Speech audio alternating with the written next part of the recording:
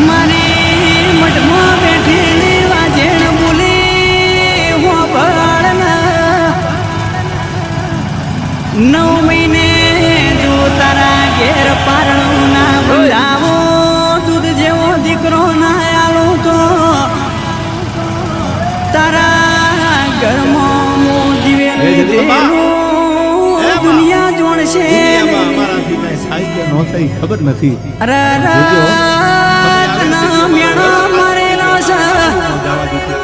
એના મુઢે તારો વખણ ના કરાવું તો તારા મઢમાં બેઠેલી માતા નહીં